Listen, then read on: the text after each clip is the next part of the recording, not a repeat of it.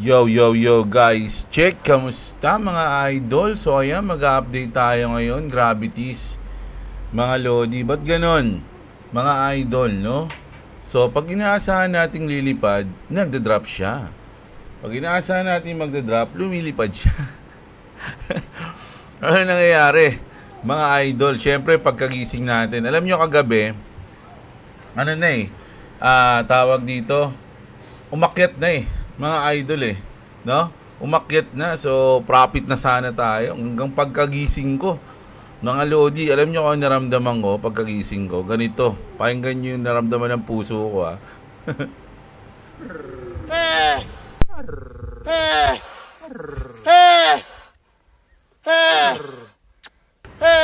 خلاص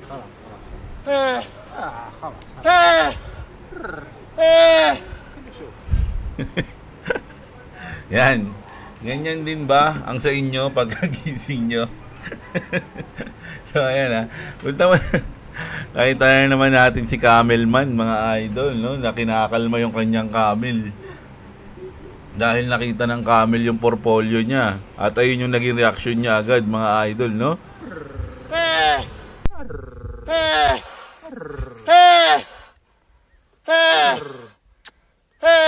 خلاص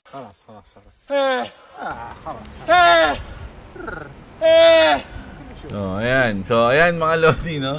So check muna natin yung ating sige, bago tayo magpunta sa crypto bubble, pakita ko lang sa inyo yung trade natin. So ayun na nga mga Lodi, no? So nung nakaraan umabot na nga tayo ng 3.1 So ngayon negative 1.6 tayo. Na? Pero kanina nasa negative 2 plus na to So medyo bumalik lang ng konti. So parang nag-recover kahit papano, mga idol, no? So ilang beses na, 3 beses na tayong gustong paslangin yung trade natin, mga Lodi. Na? Eto. 1, ito yung pinakamalalim na saksak 2 and 3. Ayan mga Lodi, no? 3 attempted murder or homicide sa ating trade. Paano yan? 3 beses nang nabubuhay yung trade natin, mga Lods. Grabe yan.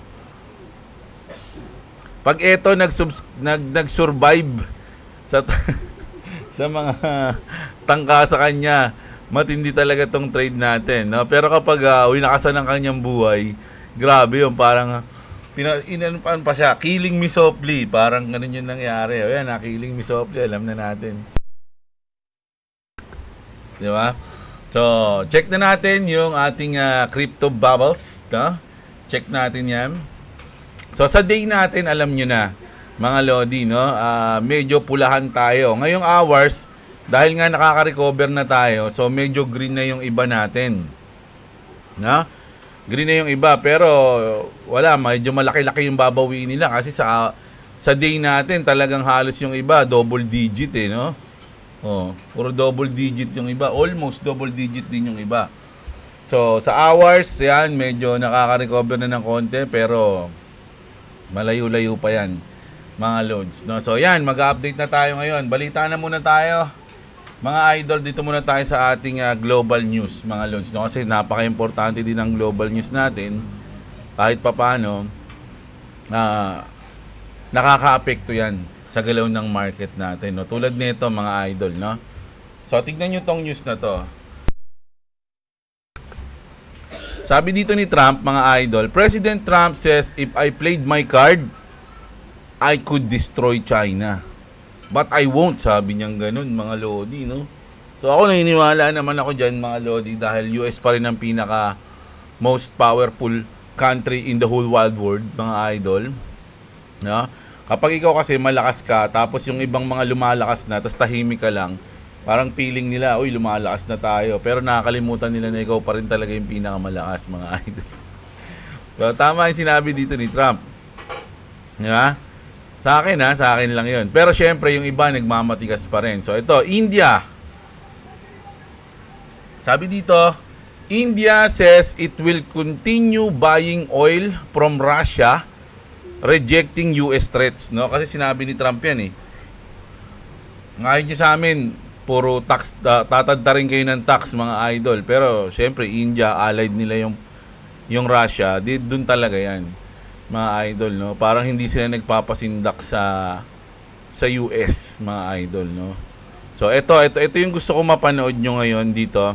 Grabe to mga idol. Nakakalugmok to kasi sabi dito, Israel strikes medical workers responding to earlier strike on Nasser Hospital in Gaza. So, etong mga to, mga lodi, mga medical workers to. No? Mga medical workers na magre-respond sa unang pagbomba dun sa hospital, no? Yung sa Gaza, yung Nasser Hospital. So, dahil nga binomba yung hospital, etong mga medical workers, parang sasaklolo sila dun o tutulungan nila yung mga nabomba. Pero tignan nyo yung nangyari mga lodi. Binomba sila ng Israel, mga idol. No? Gulat nga ako dyan. Ganun, grabe, no? So, si Netanyahu talaga medyo naniniwala na ako na ano matindi, malupit mga idol, no? So, grabe, no? Kumbaga, ano na to kumbaga sa war, kasi sa war, kapag, di ba, minsan pag media ka, hindi ka kinakanan, hindi ka binabaril, pag mga medic, mga hindi ka binabaril. Pero ito, grabe, no? Talagang wala na silang delikadesa, mga idol. Ultimo mga medical workers, tinatarget na rin. So, napakasama nun, mga lodi, no? At sa tingin ko, bad na bad yung mga ganun, mga idol. So, ayun yung natin, global news natin. Sabi nga dito ni Trump, isa pa to, ano ba to? Trump vows to do everything to end the Russia-Ukraine war. Could this be the next bullish catalyst markets have been waiting for? So, vow niya to mga lodi, no? Parang pinangako niya na i-end niya yung Ukraine and Russia. Pero sa tingin ko, mahirapan si Daddy Trump dyan, mga lods. Kasi dito nga, ayan na nga, No, Russia says there is no meeting plan. Wala silang plano para mag-usap si Putin tsaka si Vladimir Zelensky. So, sa akin, mahirapan si Trump dyan. Pero kung magagawa niya, napakatindi niya talaga, mga lods. No? So, ayan, magki-crypto news na tayo, mga idol. So, puntahan na natin dito una sa Bitpinas. So, sabi dito, mga lodi, yung crypto exchange din ata tong L-Bank Actually, di ko alam tong L-Bank. Pero mukhang crypto exchange din siya. SEC flags L-Bank, more unlicensed crypto exchange for letting Pinoy sign up using PH mobile number. So dito mga idol, kailangan mo ng mobile number, no? So parang inano rin sila ng SEC ng Pilipinas. So kung babasahin niyo yung mga comment dito, lahat talaga, ayan, so ganyan, Pero may mga, sabi nga nito, basura naman yung L-Bank, daming scam token, wala pang TGE yung token pero sila meron na. Ayan mga lodi, no? Pero ang tanong doon, ba't talagang tinatarget nila lahat, no? Ng Philippines. Lahat ng mga crypto exchange na unlicensed. Ayaw nilang palusutin. Gusto nila talaga ewan ko, no? Mga idol. So, punta tayo dito. Dito naman mga lodi, medyo natuwa naman ako dito kasi ito yung lagi nating sinasabi mga idol di ba? Sabi dito, para naman umayos na Pinas. Ayan, napakawalang mga politiko. Pinas, si Biko lang ata maayos, totoo lang, sabi dito. So, mga lodi, eto nga Zamboanga 1st District Representative, si Kimir Adam Olaso, no? Ang ganda ng pinanukala niya mga idol. Firing squad for corrupt officials. Yan, Zamboanga lawmaker push death penalty for graft. Yan, sinabi na natin to mga lodi, di ba? Pag napatunayan ginastos mo yung pera ng bayan, yan, mabariling ka sa mukha. Sa mukha hindi ka nakatalikod. Pag naka-firing squad, nakaharap ka dapat, mga lodi, sa mukha yung target. Makulit, makapal kasi yung mukha mo Ganun dapat yun, mga lods, no? Death penalty for corruption act proposing death by firing squad for any public official from the president down to barangay leaders. Tama. Found guilty by Sandigang Bayan of graft, malversation or plunder. Ano mo nanonood sa video ko to? Ganito sinabi natin mga idol 'di ba? So, ako, sangayon ako sa'yo, idol, no? Antindi mo. Dapat ganyan talaga mangyari. Pag napatunayan ka, GG ka na. Di ba? Tas yung isa pa, dalawa yung pinanukala akong batas sa dyan eh. Hindi lang ako pinapansin ng mga ano eh. Meron pang isa. Yung every 6 months, no? Sabihin natin 1 year. Mayroon tayong mandatory drug test sa lahat. Simula barangay din hanggang presidente. No? Para pag napatunayan ka din na drugs ka, o yan. Alam na gagawin sa iyo mga lodi, no? So, yun, dapat ganun. Mandatory drug test sa lahat ng opisyal. Tapos firing squad sa mga papatunayang nagnakaw sa kaban ng bayan. Ganun dapat, mga idol. No? So, ayan, grabe. Narinig yung boses natin, mga idol, no? Narinig ni First District Representatives kung sino man nagsabi sa kanya. Idol, no? Sa Zamboanga, mga lodi. So, ayan. Tapos, eto naman. Ganda na news na yun, ha? Eto naman. Eto, sana naman to, crypto exchange to, mga lodi, ha? Breaking. Mexi has allegedly frozen $3.1 million or 176 million pesos in customer funds due to the customer being too profitable. Sobrang paldo na daw, mga idol. Nagtataka sila, ba't siya paldo? Anonymous trader, the White Whale, complained on X how Mexi froze his funds last July 25 despite completing all KYC requirements. No? Siguro whale nga to, mga idol, no? His accounts is under review for risk control analysis with review timeline of 1 year. Dali mang-ingay nung aso eh.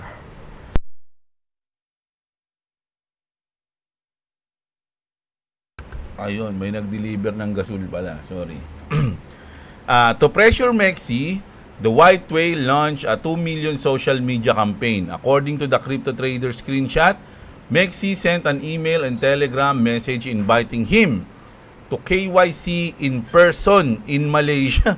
Naku, kailangan personal pa siyang pumunta doon para mapatunayang siya yun, mga lodi. Several users have bought up similar cases against Mexi. Their balances usually range in the millions of dollars. Mexi is currently banned in the Philippines due to failure to register for the relationship. So ito, mga lodi, ang nangyayari dito, pag sobrang dami mo ng pera, alimbawa ito, $2.1 million na to. So, malaki na yan.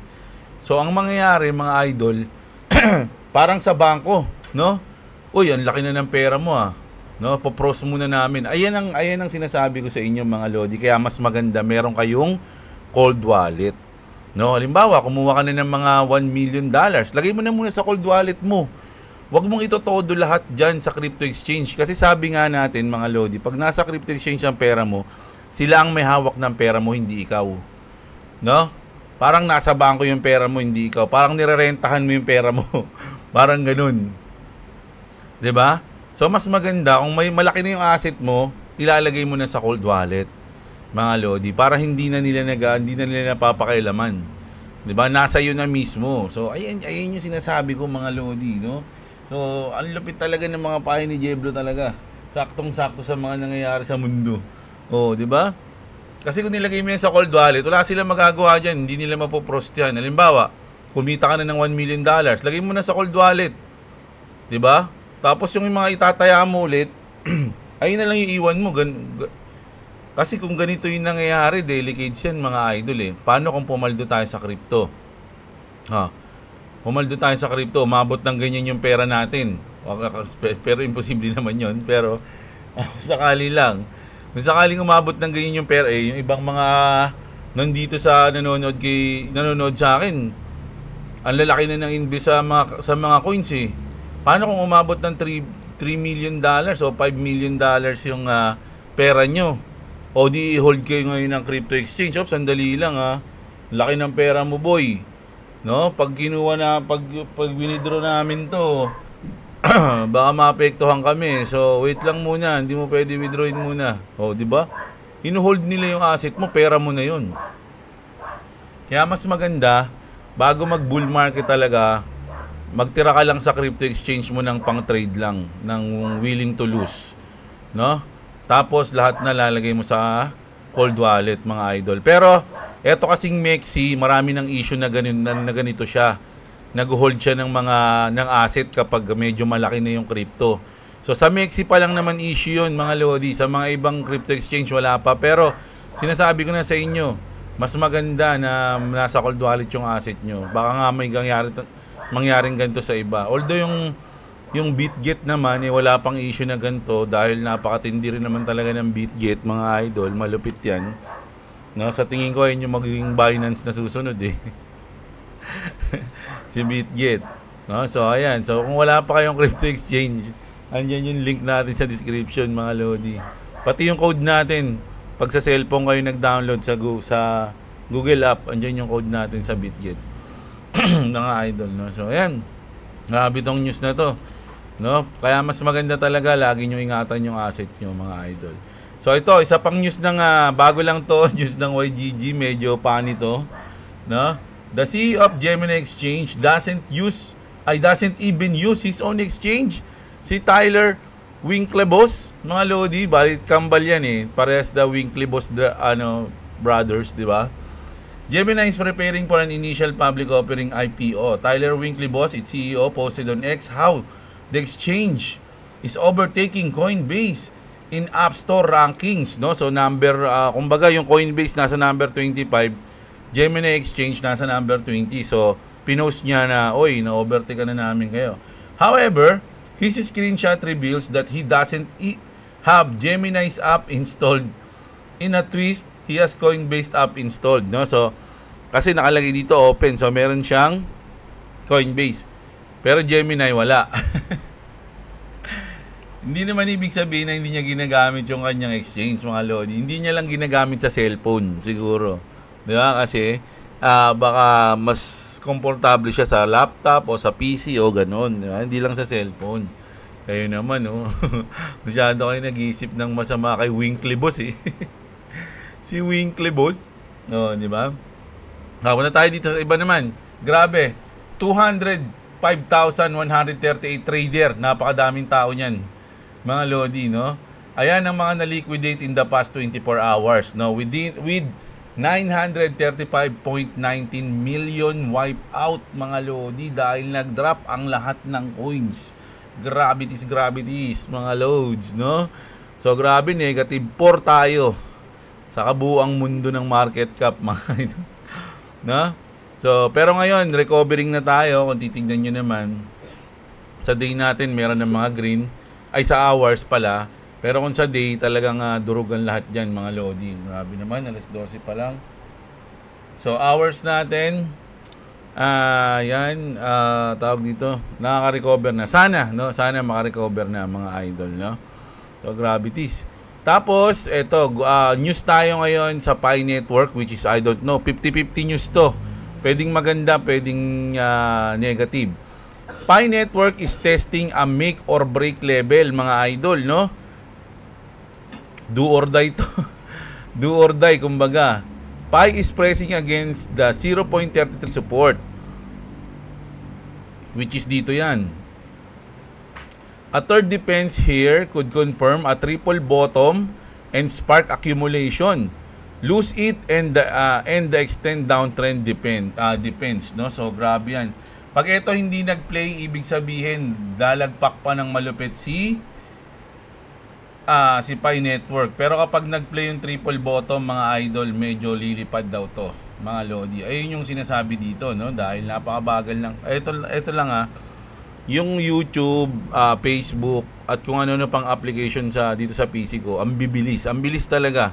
Kasi nag-upgrade na kami ng Converge eh. 'Di ba? Pero ngayon, yung X, ang bagal dito sa Converge. Ba't kaya ganun, mga lods, no? So ito yung support na halos triple bottom, mga lodi, no? Ayan. So once na mag-play to, umangat, profit, yung maraming mag-aano dito, mga lodi. Matindi to. Pero kung mabasag pa to, nako, malampasan niya yung mga triple bottom na yun, dumiretso pa siya sa baba. Napaka-negative niyan para sa Pi Network, mga idol. So, news tayo para sa Pi, ha. Di ba? So, ayan yan. And then, eto na. Bitwise, mga Lodi, no? Nag-release sila ng latest Bitcoin price target for 2035 sa Bitcoin, no? Kapag nagkaroon daw ng bear case, sa bear case lang to, mga Lodi, ha. Sipin nyo, bear market, pero nasa 88,000 daw ang pwedeng mangyari, no, sa Bitcoin, mga Lodi. Ang base case naman nila, mga Lodi, yung saktuhan lang, 1 million, 1.3 million dollars ang isang Bitcoin, mga Lodi. At ang bull case naman nila, 2.9, almost 3 million.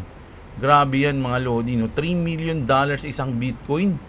Grabe tis yan, mga Lods. Ang lupit yan. Kung mangyayari yan, mga idol. 'Di ba? So, hintayin ko talaga mag-bear market saka ako bibili ng Bitcoin, mga Lodi. So, totoo lang, no? Hindi ko rin alam, pero parang feeling ko kailangan kong bumili ng Bitcoin, eh. No? Ayan. So, ayun yung nila, ang kanilang mga parang prediction, mga Lodi, o price target nila. So, ang laki niyan, mga Lodi, 2035. Ilang taon na ako niyan? 2035. 95 na ako. Hindi, joke. Ayan. 45 daw. 45 na ako. 45 na daw ako, mga Lodi. Sabi ni boss. Tanda ko na. Ayan. So, punta tayo dito. Gemini just launched. Ito yung pinakamatinding news ngayon pagkagising ko, mga Lodi. Although hiningal yung aking camel, pero itong news na to sasabay ito sa future, mga idol. Magiging reason to para tumaas yung XRP. Gemini just launched an XRP edition of its crypto credit card. Ayan na, backed by Mastercard. It now supports Ripple, RLUSD, and gives users up to 4% back in XRP. So while ginagamit nyo yan, nagkakaroon kayo ng 4% back in XRP. A direct play to the XRP army with adoption of RLUSD at the core. So kaya nga nag-post dito si Brad Garlinghouse. Salamat kay Kevin Alopio, mga Lodi. Kay Kevin, siya yung nagpasa sa akin nito. An XRP reward credit card out in the world, sabi dito ni Brad Garlinghouse. So, what a time to be alive, sabi niya. XRP Army or XRP Family, use the special edition Gemini card. Pwede kaya akong kumuha nito for everyday purchase and earn up to 4% XRP back, no? Paano kaya kumuha ng XRP Gemini card? Kailangan siguro mag-apply, no, mga Lodi, sa Gemini, no? Paano kaya yan? Mang malabo tayo magkaroon yan, ha? Got my XRP belt on. Grabe to, naka-overall. Naka-overall si David Schwartz. Naka-XRP belt, XRP t-shirt, XRP cap, Gemini credit card na XRP. Ayan, got my XRP belt on, wearing an XRP t-shirt, holding an XRP reward reward credit card at XRP Fresco. Ayan, someone pinch me. Ayan, kurutin daw siya ng plies. Kurutin niyo ako ng plies. Ayan, mga Lodi. Buhay ni Idol, Grabe, I-search ko nga pa. Mga Idol, kung gusto niyo magkaroon nito, search niyo, tapos timbre niyo sa akin, Medyo busy ako ngayon, Pero, gusto ko magkaroon yan. So, ito na tayo, mga Lodi. Ito yung pinaka-last natin na news, which is good news to sa XRP. For me, no, mga Lodi, kasi ang rumors is, sabi nga nila, if there's smoke, there's barbecue. Di ba? So, sabi dito, rumor says, Ripple, a Swiss bank, and a US blockchain firm are planning a network merging digital ID. Coin Bureau pa nag-post niyan, galit sa XRP yan, Pero pinost niya to. Kaya sa kanya ko binasa to, A network merging digital ID, compliance, and tokenized assets with XRP as the bridge. JP Morgan calls digital ID the foundation of Web3. Ayan mga lodi, no? So, sobrang tindi nito mga lodi. Alam nyo, puntahan niya si Gordon. May nakita akong post ni Gordon kasi maganda rin mga lodi. Meron siyang pinost na sa chart ng XRP. Ano ba 'to?